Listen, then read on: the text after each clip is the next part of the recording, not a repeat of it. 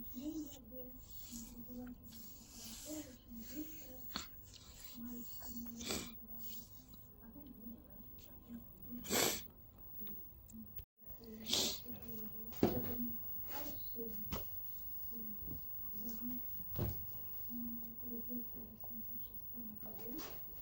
Это она вообще как робот.